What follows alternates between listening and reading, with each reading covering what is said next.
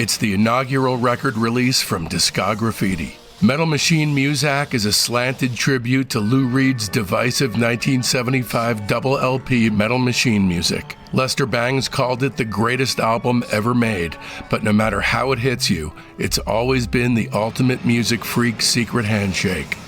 My ambient reimagining features 4 16-minute 1-second tracks, just like the original, and each one was created by a top-shelf indie rock visionary. Lou Barlow from Dinosaur Jr. and Sebadoh, Corey Hansen from Wand, W. Cullen Hart from the Olivia Tremor Control, and Mark Robinson from Unrest.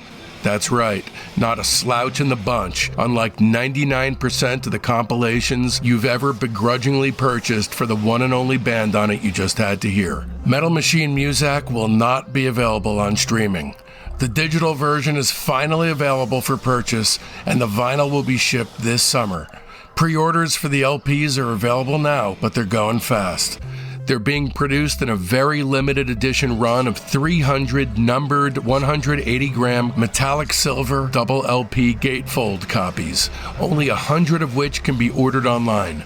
These copies will be numbered from 1 to 100, and they're first come, first served. To order either the digital or the vinyl, just head over to patreon.com/discograffiti/shop. Again, that's patreon.com/discograffiti/shop.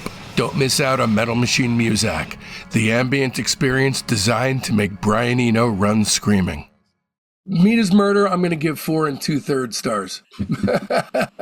I didn't know there was you could get them into thirds. Oh, dude, you didn't listen to the Mark Robinson. He would give his records 3.25 and a third. I can't rate Meat is Murder. You're going to give it 4 7/8. I guess so. Okay, 1986, The Queen is Dead.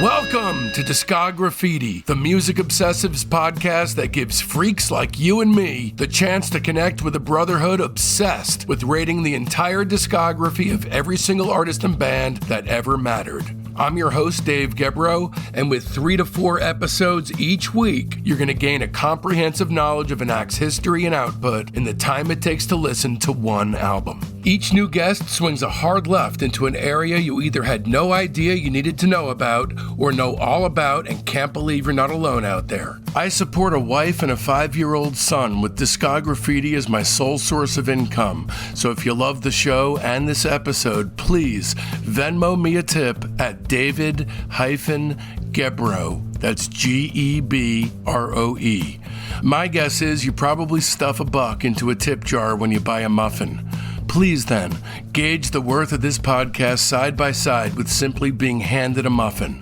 My family and I thank you. And in this episode, we'll be turning our spray cans on the Smiths. Along with our special guest, Michael Imperioli. The man may be an actor, and a legendary one at that, but behind closed doors, he's just a ravenously insatiable music nerd, same as you and I. In part 1 of this special doubleheader, here's just a few of the things Michael and I discuss about one of his favorite bands, the Smiths. Why the group made such a huge impact on a young Michael Imperioli at that particular time of his life. The song that Johnny Marr describes as what Joni Mitchell would have done if she'd been an MC5 fan, and in-depth dissections of the Smiths' self-titled debut, Hatful of Hollow, and Meat is Murder.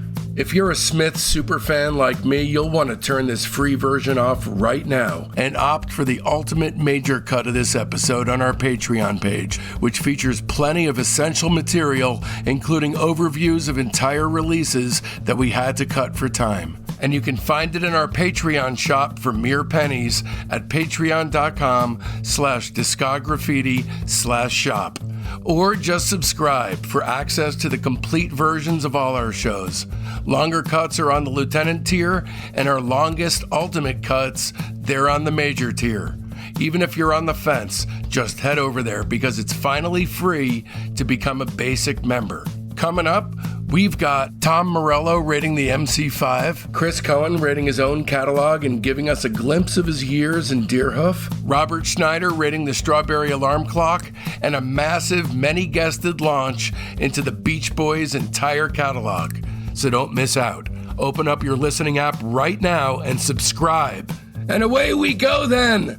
In the early 90s, today's guest was the lead vocalist of the New Jersey jangle pop band Wild Carnation and currently serves as the guitarist and vocalist for the band Zopa. In 2020, Zopa released their debut LP, La Dolce Vita, and in 2021, they headlined Seattle's Freakout Festival. However, it's fair to say that in my neck of the woods, that is Livingston, New Jersey, this man is perhaps better known as an actor. More specifically, as Christopher Moltisanti from the HBO show The Sopranos, which earned him the 2004 Emmy for Outstanding Supporting Actor in a Drama Series. Then there's his catalog of incredible performances from an unending slew of classic films, including Scorsese's Goodfellas, Jungle Fever, Bad Boys, Malcolm X, The Basketball Diaries, Clockers, Dead Presidents, Girl 6, Lean on Me, I Shot Andy Warhol, Last Man Standing, Shark Tale, and Summer of Sam. That last one he also co-wrote and co-produced. He wrote 5 episodes of The Sopranos and made his filmmaking debut as a writer-director with The Hungry Ghosts. Back on HBO, he was recently Emmy nominated for his role as Dominic DeGrasso in the 2nd season of the series The White Lotus, and he just made his Broadway debut in the revival of the Henrik Ibsen play An Enemy of the People at the Circle in the Square Theater. It's an inarguably impressive CV, sure, but lest we forget, lads and ladies, at the end of the day, he too must stand dwarfed before his music collection, struck paralyzed with terror at the thought of missing the mark and choosing a mood-killing record. And that's because this man is a music geek through and through. He lives and breathes this stuff, which explains why I'm as honored and excited as I am to take him up on a stroll down the hallowed, winding halls of Discograffiti. And so without further ado, would you please help me in welcoming Michael Imperioli? Hi, David. Thank you for that lovely introduction. You're very welcome. I'm afraid I won't live up to it, but I'll try. It's supposed to actually strike fear in the hearts of people trying to live up to their looming legend. You know, the great thing about this show is that we're just fans. We're all just fans. Exactly. At the service of these great gods whom we love so much. So in my area of the woods, every diner I walk in, there's an autographed photo of you behind the counter. But I actually, for a while, have known you in a greater and greater sense as time has gone on as just a huge music geek. And when I did my Mark Robinson interview, which was 16 hours, that was a 16-hour interview, you started liking some of those posts, and then you put it in your stories, because I'm guessing you're an Unrest fan, right? Big Unrest fan, yeah. Yeah, I'm a huge fan. And then I saw your post on Instagram about Hatful of Hollow. Do you mind if I read what you wrote about that record? Sure. And this is a recent post. In my absolutely not humble opinion, I declare it the greatest album of all time. Turned on to it at 19 years old in 1985 during a particularly difficult and dangerous period of life. Where would I be without this one? Forever in its debt, forever grateful. Rock and roll can save your life. Mm-hmm. Yeah. Expound on that, please, if you don't mind. Yeah. Well, when you talk about the greatest albums, I'm talking from a completely subjective point of view of what it meant to me, not what it meant to the world or how much it sold or how influential it was or what, you know what I mean? That's why I'm saying not so humble. It's completely subjective as to its importance in my life.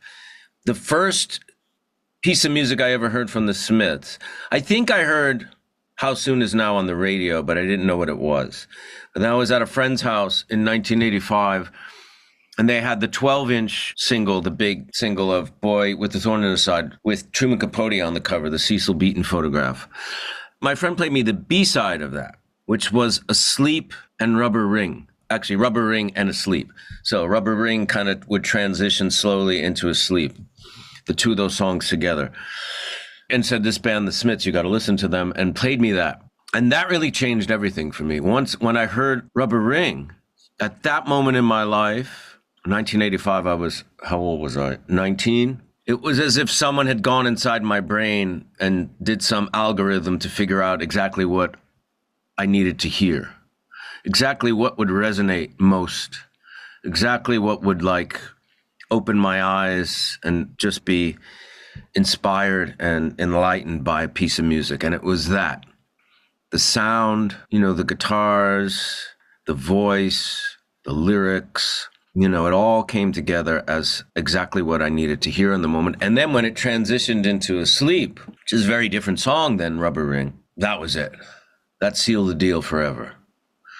And then the next thing I heard after that, he had Meet His Murder, and he put that on, and we listened to that from beginning to end, which just kept annihilating everything that had come before it for me as I listened to song after song on that album that day. Is there something about either that single itself or Meet His Murder that actually changed the course of your life? Or was it just you loved the music? It felt from your post that there was something impactful that actually rewired things. What was impactful was that I don't want to separate the sound and the music from the lyrics, because, the lyrics are a direct, literal communication of ideas.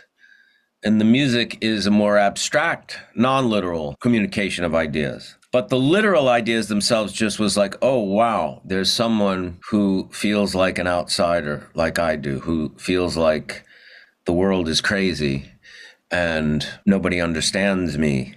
And there are people of like mind who question a lot of things about society, who question a lot of things about the world they live in. And there's a lot of people who feel alone, but the fact that there's a lot of people who feel the same way means we're not alone. The great artists, for me, always made you feel less alone in the world. That in itself, I think, is a huge accomplishment if you can do that as an artist and reach an audience that way, an audience member, let alone members.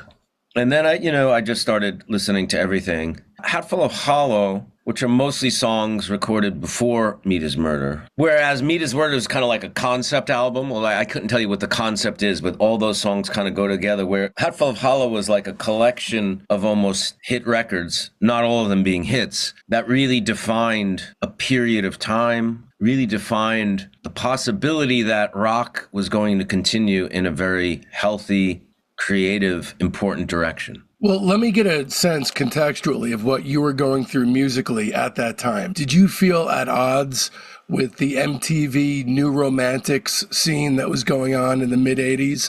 Did you feel adrift, and then the Smiths were like a beacon in the fog?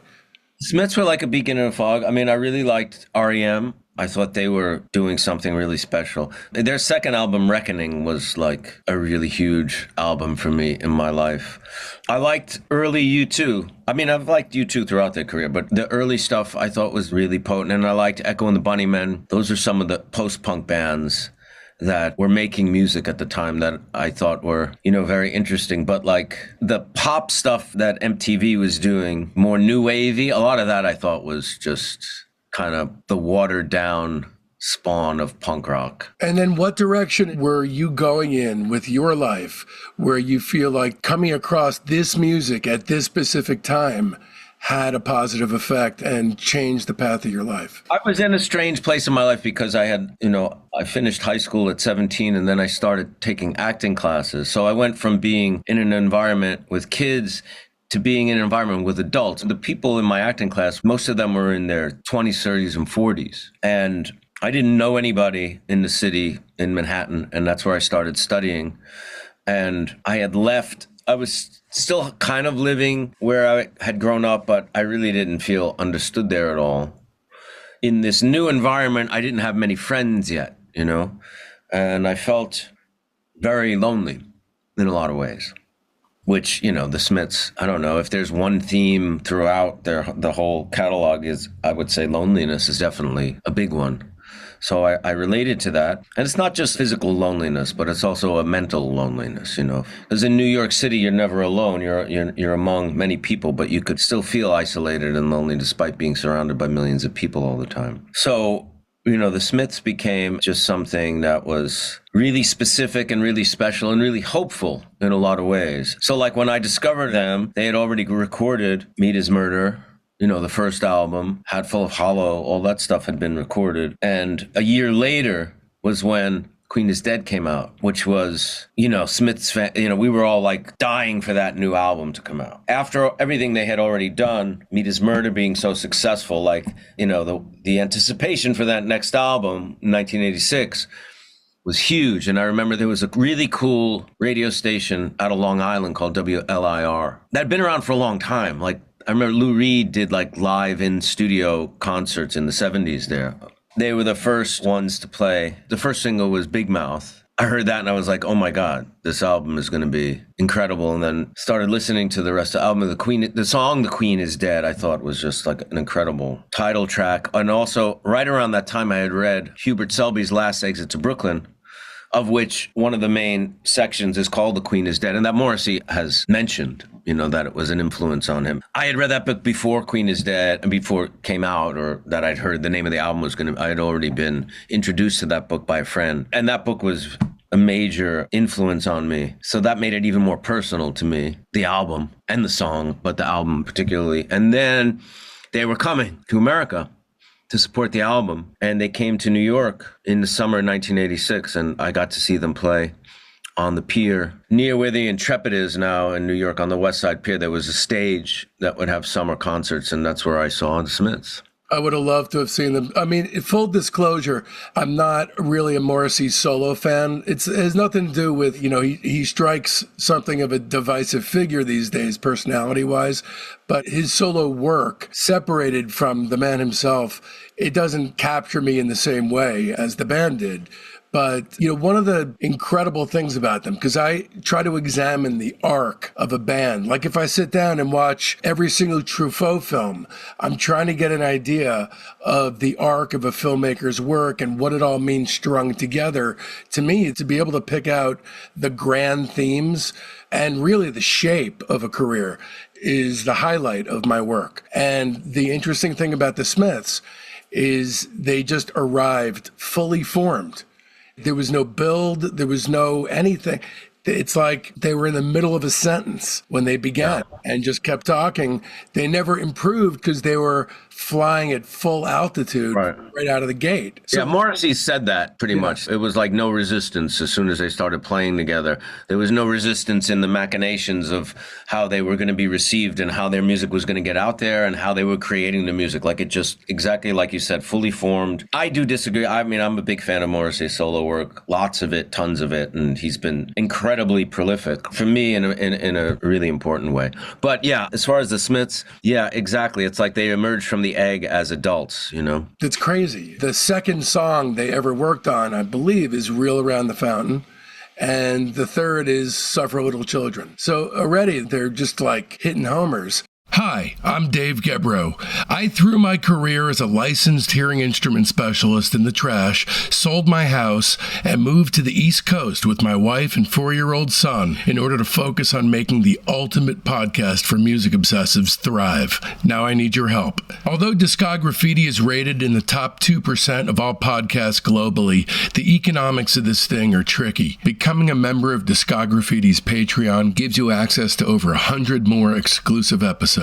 And moving forward now every Sunday for only $5 a month as a private first class, you get our new weekly show by and for Discograffiti's Patreon family, the Discograffiti Soldiers of Sound podcast. As a lieutenant, you get an ad-free, substantially elongated director's cut of every episode. And you'll be getting the shows a few days earlier than the general populace, which is designed to make you feel even more special than you already are. So when you become a major, you'll be getting access to the ultimate director's cuts of all our sprawling, super deep dive episodes. As far as I'm concerned, these super cuts have absolutely everything that was meant to be heard. Plus, you get yours before the lieutenants get theirs. But that ain't it. You also get all our other series, like Discograffiti's Top 10, our Buried Treasure show, Rock Cousteau, our Slag Off show, Queasy Listening, and exclusive limited limited series like The Private Press with Paul Major. And if you've got no financial worries to speak of, keep in mind that some of the higher Patreon tiers allow you to actually advertise on the show, choose the bands we cover, or even some of the guests we get. For the price of a cup of coffee a week, you can ensure my family's fed, build a music library that'll be the envy of your block, and connect to a thriving community of music maniacs all at the same time. Don't risk feeling badly about yourself by not giving. Patreon.com/Discograffiti. Once again, that's Patreon.com/Discograffiti. Let's start right from the beginning. So 1984's self-titled The Smiths. The sleeve is designed by Morrissey.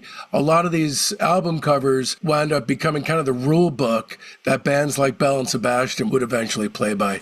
And, this one has a still that's of Joe D'Alessandro, an actor who I love, from one of his classic early Morrissey films, Paul Morrissey films, Flesh, which is an amazing film from the Flesh, Trash, and Heat series. And it's basically a thematic concept album about child abuse. So the first song is the second song they ever worked on, which is Reel Around the Fountain. That killed me. I mean, it's one of my favorite Smith songs. Me too. It's one of my favorite Smith songs. It's one of my favorite songs, period. So unlike anything that was happening at the time, really doesn't conform to any genre at all, yet it's punk, it's rock, it's raw. I mean, yeah, I dreamt about you last night. I fell out of bed twice. You can pin and mount me like a butterfly. I mean, lyrics like that. I mean, Morrissey was still very young, writing incredibly intelligent, vivid, beautiful lyrics. Incredible. That's the sound, not just the chiming guitar, which of course is kind of taking from a similar well as R.E.M's Reckoning. That's post-Bird's chime, but also sounds exactly like how London weather feels. Mm-hmm. And that overcast, dour, depressive feel that also has this hope that infallibly winds up welling up from Morrissey's lyrics. It becomes characteristic immediately of their work. Yeah. That and This Night Has Opened My Eyes, again, that evokes the whole, in a river the color of lead, immerse a baby's head, that evokes that kind of the weather, the London, the fog. Yeah, it's like a main line of expression, Yeah. And seamless. I don't know a lot about when the recordings, which recordings, or how they were recorded, but it seems to me the first album, the Smiths, doesn't sound nearly as good as Hatful of Hollow. Are they very different? What is the deal? Because I never really delved into that. Well, the interesting thing about Hatful of Hollow, especially with regard to the way that it impacted you, is, in a sense, it really wasn't intended as an album experience. The Smiths... Right, it was a collection, right?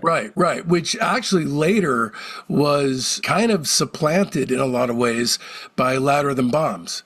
That became... That was a collection as well. Right, with a lot of what's on Hatful, but with just more, because it's a double. But Hatful, it has BBC Radio 1 studio recordings, it has their debut single, Hand in Glove, and their two most recent singles prior to Hatful's release, which is Heaven Knows I'm Miserable Now, and William, It Was Really Nothing, which, God, I love that song. I don't know if you're too close to these records to rate them. I do this just as it's a loss leader, because ultimately it's silly to be rating this stuff, and I know it, but I can't help myself. The Smiths, I give 4 out of 5 stars. Yeah, that makes sense. And then Hatful, I give 4.5, because Hatful I give 5. Yeah. I mean, this one is just stuffed to the brim with great songs. It kicks off with William, It Was Really Nothing, and it's got How Soon Is Now. But you heard that as a single, right? You didn't hear that right from Hatful? Yeah. I heard that as a single, and I didn't know what it was. I remember it's very unmistakable, that song, once you hear it for the first time. But I don't think I knew exactly what it was when I heard it. I didn't know it was by the Smiths. I didn't know the name of it. They were playing it in the clubs at the time, like rock clubs or new wave clubs that my friends and I were going to. Well, the funny thing about it is, if I could pick any song in the Smiths' entire catalog that's least representative of what they sound like, it would be How Soon Is Now. Yeah, that makes sense. But it's also, in a lot of ways, their most famous song. And I love the song that Hatful ends with, Please, Please, Please Let Me Get What I Want, is one of my favorites as well. It's a classic. It's a very beloved song. What Difference Does It Make is another one that was very huge and loomed large. The guitars in that, I think, are really potent and cutting and just haunting. It's really special. And that's actually, that was on their debut. This is just a heavier version. The guitars maybe sound a little bit more natural without that dour Manchester drapery that lies on the debut. I came to the Smiths in a different way. I'd heard their later stuff first. I'm just a little bit younger than you. I was born in 72. So when I was in late high school, in the late 80s, I heard them. When I heard Hatful, I had already heard Louder Than Bombs. So it didn't, I just came at them from a different angle. But a lot of these songs, again, repeating the same kind of impactful experience that I'd had with Louder Than Bombs. But Back to the Old House, This Night Has Opened My Eyes, which is one of my favorite deep cuts by the band. That has a sort of Santo and Johnny Sleepwalk kind of a vibe to it that I wish they had explored a little bit further. But a lot darker. Yeah, definitely.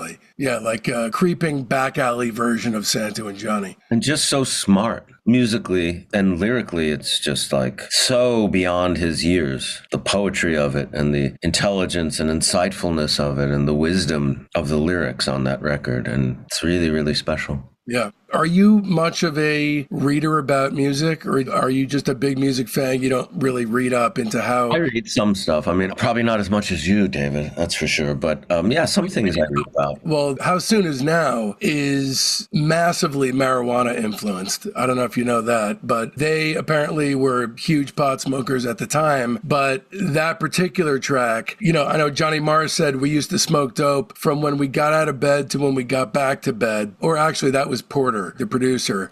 And Johnny Marr said, you're from Manchester, you smoke weed till it comes out your ears.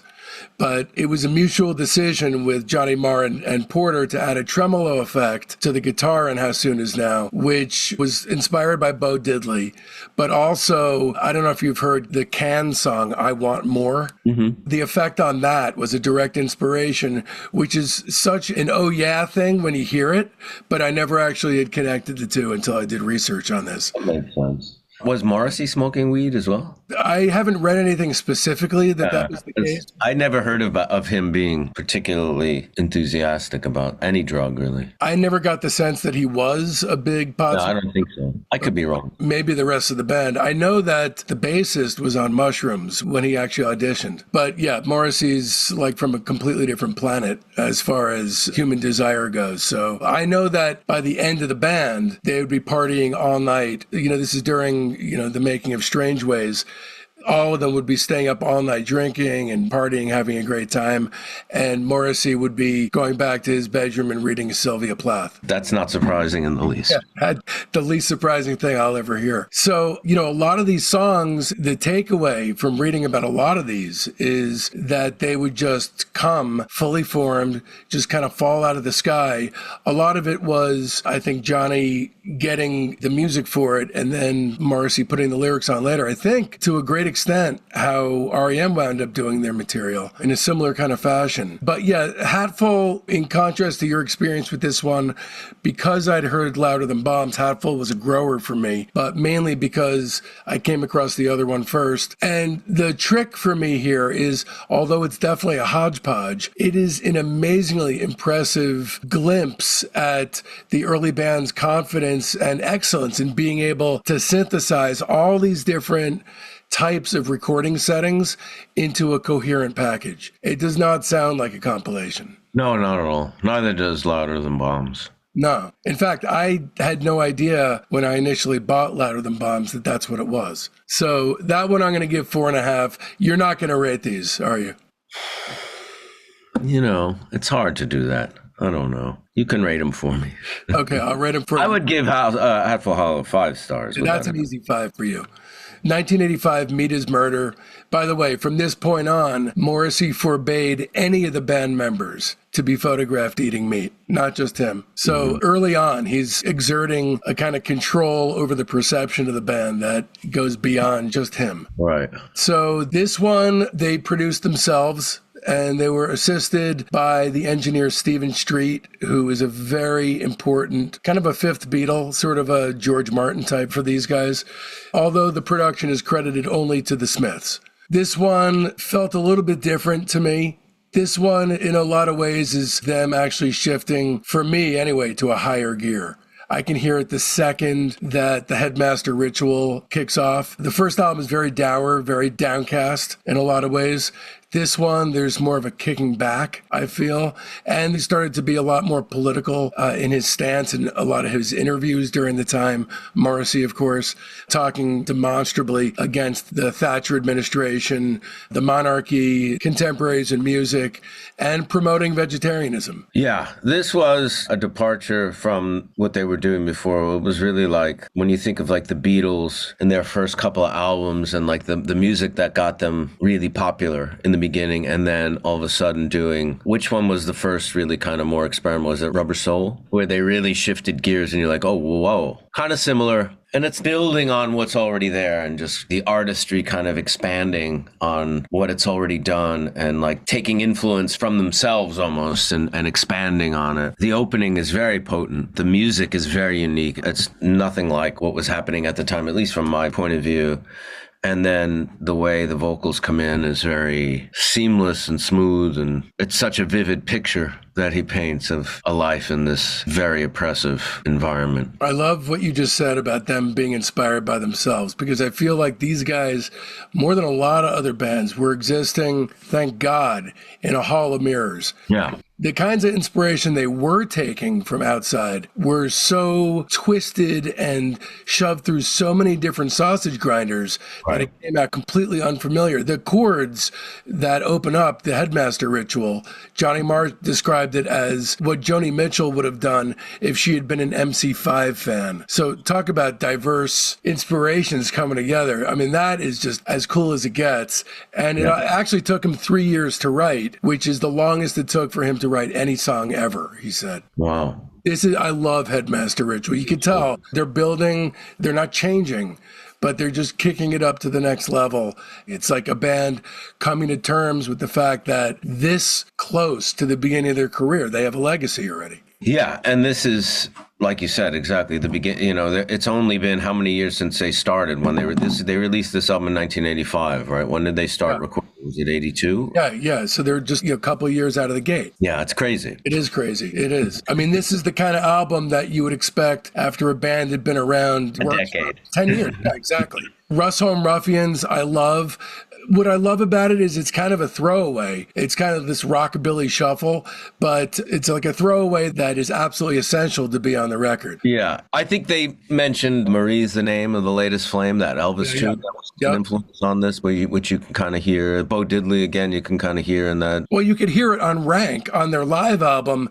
They go from his Latest Flame right into the song. Oh, do they? Okay. Which is awesome. It's so great for them to lay their inspirations bare, because they're one of the most unique bands on the planet. They have nothing to hide. What She Said is amazing. That Joke Isn't Funny Anymore is, I think, a crucial song. There's very few songs where they kind of tiptoe into psychedelic territory, but when they do it, it's so good.